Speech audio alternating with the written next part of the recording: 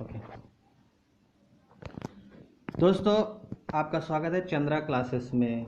आज मैं आपके लिए लेके आया हूँ आरबीआई से रिलेटेड एक टॉपिक, जिसमें आरबीआई से रिलेटेड सभी क्वेश्चन का इसमें समावेश किया गया है। सब कुछ आरबीआई से जितने भी इस तरह के क्वेश्चन पूछे जा सकते हैं आरबीआई से, आरबीआई कैसे बना, आरबीआई का एस्टेब्लिशमेंट कैसे हुआ, आरबीआई फंक्शन कैसे करता है, आरबीआई के काम क्या क्या हैं, आरबीआई नोट कैसे छापता है, कहाँ कहाँ पे नोट छापे जाते हैं, नोट का साइज़ क्या है, नोट का डिज़ाइन किसने किया, ये सब चीज़ें मैं आपको आज लेके आया हूँ। और इस वीडियो के लास्ट में मैं आपको एक ट्रिक देने जा रहा हूँ। बहुत ही बेहतरीन ट्रिक है दोस्तों, यकीन मानिएगा। आप जब ट्रिक देखेंगे तो बिलीव करेंगे, yes this is a very good trick. अब ये इस ट्रिक से बहुत ही कुछ ज़्यादा क्वेश्चन पूछे जा रहे हैं। तो ये ट्रिक है नोटों की, नोटों के पीछे साइड में जो फोटो लगी होती है उसकी एक ट्रिक है। बहुत ही बेहतरीन ट्रिक है दोस्तों। ये वीडियो थोड़ा लंबा होने वाला है, क्योंकि इस वीडियो में आरबीआई से रिलेटेड और करेंसी से रिलेटेड सभी क्वेश्चन डाले गए, सभी इंपॉर्टेंट पॉइंट इसमें डिस्कस किए जा रहे हैं। तो दोस्तों लास्ट तक बने रहिएगा, यकीन मानिए आपको मज़ा आ जाएगा। तो चलो हम बात करते हैं आरबीआई के बारे में। जैसा कि आप अपनी स्क्रीन पर देख रहे हैं, आरबीआई जो कि होती है रिजर्व बैंक ऑफ इंडिया। अब इस लोगों में आप देखिएगा एक लायन है और एक ट्री है। दोस्तों ये यूपीएससी के आईएएस एग्जाम में क्वेश्चन पूछा गया था कि आरबीआई के लोगों में कौन सा ट्री है। तो चूंकि ये यूपीएससी आईएएस एग्जाम में पूछा गया, इसे बहुत इंपॉर्टेंट क्वेश्चन हो जाता है कि ये कौन सा ट्री है। तो दोस्तों ये है आपका पाम ट्री। पाम ट्री है, ये क्वेश्चन बहुत ही इंपॉर्टेंट है। पाम ट्री और लायन होता है आरबीआई के लोगों में। दोस्तों आरबीआई का जो इस्टेब्लिशमेंट हुआ है वो 1 अप्रैल 1935 को, 1 अप्रैल 1935 को इसका इस्टेब्लिशमेंट हुआ। और ये जो इस्टेब्लिशमेंट हुआ है, एक कमीशन बैठा था जिसका नाम था Hilton young commission. Hilton young commission के रिकमेंडेशन के बाद आरबीआई का गठन हुआ था 1 अप्रैल 1935 को। और एक एक्ट पास हुआ, आरबीआई एक्ट 1934।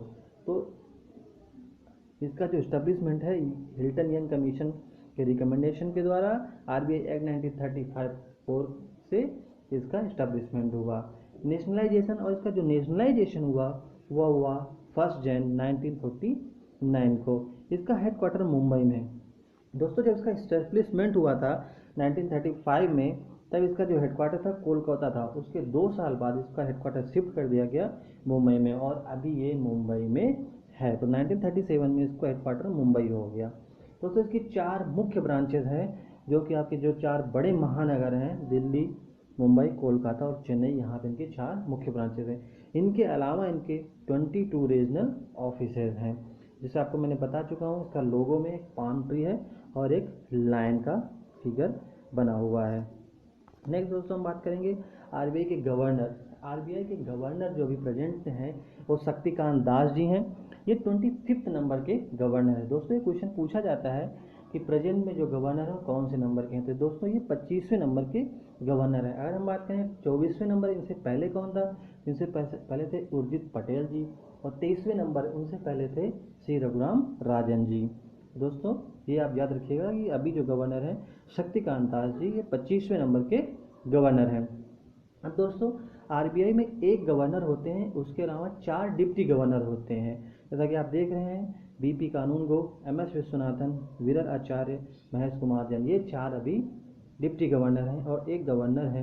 तो जो 5 लोग हैं इनका जो टेन्योर होता है वो 3 साल का होता है। दोस्तों क्वेश्चन पूछा जाता है आरबीआई के डिप्टी गवर्नर का टेन्योर कितना है, आरबीआई गवर्नर का टेन्योर कितना है। तो चाहे डिप्टी गवर्नर हो चाहे गवर्नर हो, सभी का जो टेन्योर है वो 3 साल का होता है। दोस्तों ये बहुत ही इंपॉर्टेंट पॉइंट है।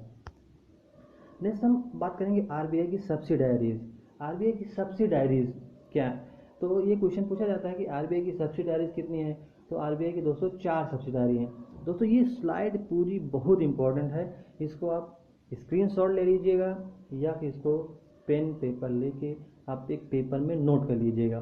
दोस्तों क्वेश्चन पहले आपको बता दिया कितनी सब्सिडारी, 4 सब्सिडारी हैं। अब ये चारों सब्सिडारी की जो फुल फॉर्म है ये बहुत ही ज़्यादा पूछे जाते हैं। इनके फुल फॉर्म आप याद कर लीजिएगा। जो पहला है DICGC का फुल फॉर्म है deposit insurance and credit guarantee corporation of India. तो दोस्तों जैसे इसके आप फुल फॉर्म से समझ पा रहे हैं कि गारंटी ले रहा है। ये गारंटी ले रहा है कि अगर आप बैंक में पैसे जमा करते हैं तो अगर बैंक का दिवालिया निकल जाता है, बैंक बंद हो जाती, तो आपको कितने पैसे वापस होंगे। तो दोस्तों ये अभी तक था 1 लाख रुपए। 1 लाख रुपए की गारंटी लेती है बैंक आरबीआई की, आपको 1 लाख रुपए वापस होंगे। लेकिन अभी रिसेंट में इसको बढ़ा के 5 लाख रुपए कर दिया गया है। अगर दोस्त आपके अकाउंट में 6 लाख रुपए हैं या 5 लाख रुपए से ज़्यादा कितने भी हैं, करोड़ हैं, लेकिन आपको मिलेगी 5 लाख रुपए, इसकी गारंटी है। अगर उससे कम है, अगर आपके 1 लाख है, 1.5 लाख है, 10,000, तो आपको जितने कम है, मिनिमम आपका अमाउंट 5 लाख से जितना कम वो मिलेगा, और 5 लाख से अगर ज़्यादा है तो मिनिमम 5 लाख रुपए मिलेगा।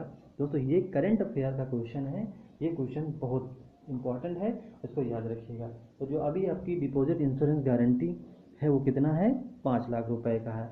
इसका फुल फॉर्म आपको बता दिया गया, DICGC, deposit insurance and credit guarantee corporation of India. Next है BRB NMPL, भारतीय रिजर्व बैंक नोट मुद्रण private limited.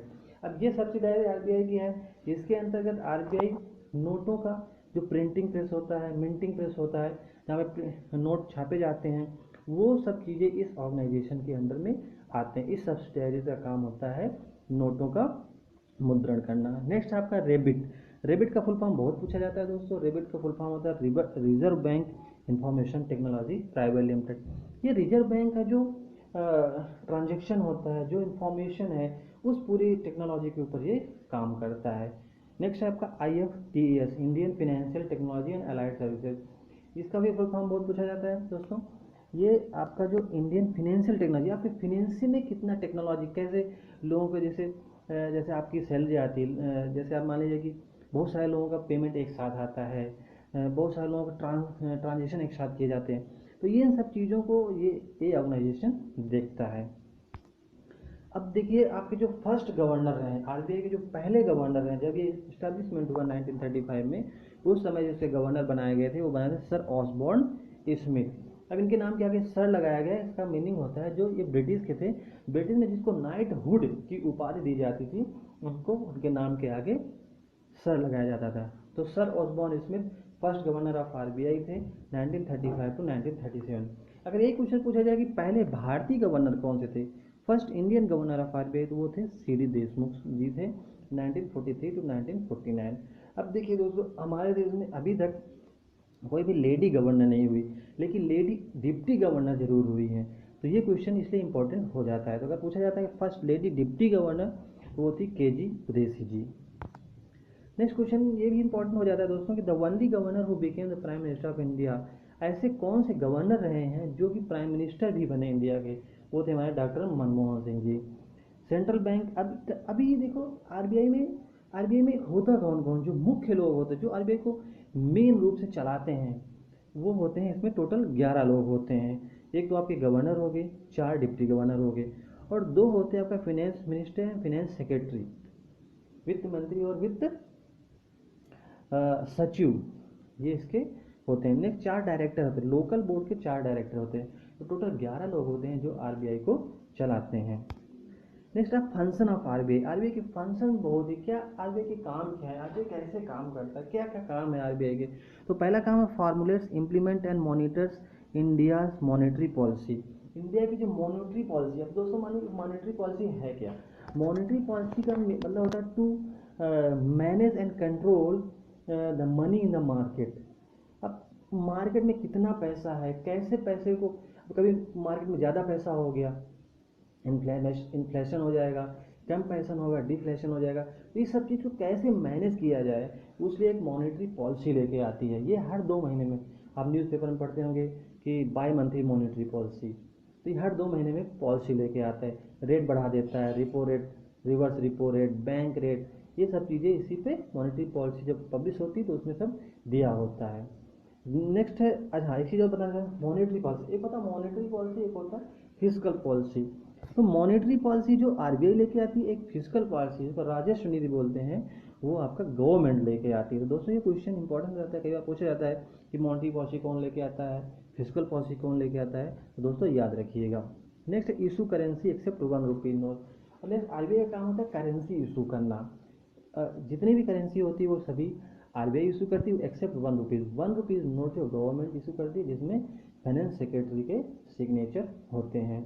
Next to regulate bank, bank को रेगुलेट करती है, बैंक को गाइडलाइंस जारी करती है, बैंकों को रेट पब्लिश करती है, किस रेट पर लोन देना है, किस पे नहीं देना है, ये सब चीज़ें रेगुलेट करती है बैंकों को। नेक्स्ट है बैंक्स ऑफ बैंक, ये बैंक्स ऑफ बैंक का मीनिंग है ये बैंकों का बैंक। जैसे कि दोस्तों हमें लोन चाहिए तो हम बैंक जाते हैं, हमें पैसे डिपॉजिट करना है तो हम बैंक जाते हैं, पैसे निकालना है तो बैंक जाते हैं। वैसे ही अगर बैंकों को लोन चाहिए, बैंकों के पास पैसे कम पड़ गए, बैंकों के पास ज़्यादा पैसे हैं उनको जमा करना है, तो वो कहाँ पे जाएगी, तो वो आरबीआई के पास जाती है। तो इसलिए इसको बोलते हैं बैंक्स ऑफ बैंक्स, क्योंकि आरबीआई बैंकों का बैंक है। नेक्स्ट है सेंट्रल बैंक, सेंट्रल बैंक मतलब ये गवर्नमेंट का बैंक है। जैसे कि हमें पैसे चाहिए हम बैंक जाते हैं, जैसे सरकार को अगर पैसे चाहिए, सरकार को लोन चाहिए तो कहाँ जाएगी, वो आरबीआई के पास जाती है। तो ये आरबीआई सेंट्रल बैंक के लिए एक बैंक का काम करती है, तो इसको सेंट्रल बैंक। नेक्स्ट होता है maintain forex reserve, maintain forex reserve का मीनिंग होता है कि ये अब हमारे पास कितना गोल्ड होना चाहिए, कितना करेंसी प्रिंट में होना चाहिए, ये सब चीज़ें ये मेंटेन करके रखता है, इसलिए बोलते हैं मेंटेन फॉरेक्स रिजर्व। लास्ट है एलओआर, दोस्तों ये पॉइंट बहुत ही इंपॉर्टेंट है। एलओआर का फुल फॉर्म बहुत ज़्यादा पूछा जाता है दोस्तों, इसको नोट करके रखिएगा, ये आपको 1 नंबर दे के जाएगा। एलओआर का मीनिंग होता है लेंडर ऑफ लास्ट रिसोर्ट, यानी कि अगर किसी बैंक के पास कोई चारा नहीं बचा है, कहीं से पैसे उसको नहीं मिल रहे हैं, पैसे की कमी है, तो ये आरबीआई के पास जाता है और आरबीआई उसकी हेल्प करता है, तो होता है लेंडर ऑफ लास्ट रिसोर्ट। ये थे आपके आरबीआई के फंक्शंस। नेक्स्ट आपको मैंने बता चुका हूँ कि जितने भी करेंसी हो आरबीआई इशू करती है एक्सेप्ट ₹1 नोट। ₹1 नोट इशू होती है आपकी फाइनेंस सेक्रेटरी साइन करता है। अब ये फाइनेंशियल ईयर, आरबीआई का फाइनेंशियल ईयर, दोस्तों ये क्वेश्चन पूछा था कि आरबीआई की फाइनेंशियल ईयर कब स्टार्ट होता है। दोस्तों इनका फाइनेंशियल ईयर है 1 जुलाई से लेकर 30 जून तक इसका फाइनेंशियल ईयर होता है। अब करेंसी पे कितने लैंग्वेज होते हैं, करेंसी पे 17 लैंग्वेज होते हैं। और हमारा जो सिंबल है, रूपी का एक सिंबल है, आप देखिएगा ये रूपी का सिंबल, ये सिंबल दिया गया था उदय कुमार, ये क्वेश्चन कई बार पूछा जा चुका है। उदय कुमार ये आईआईटी मुंबई के स्टूडेंट रहे हैं, इन्होंने रूपी का सिंबल दिया।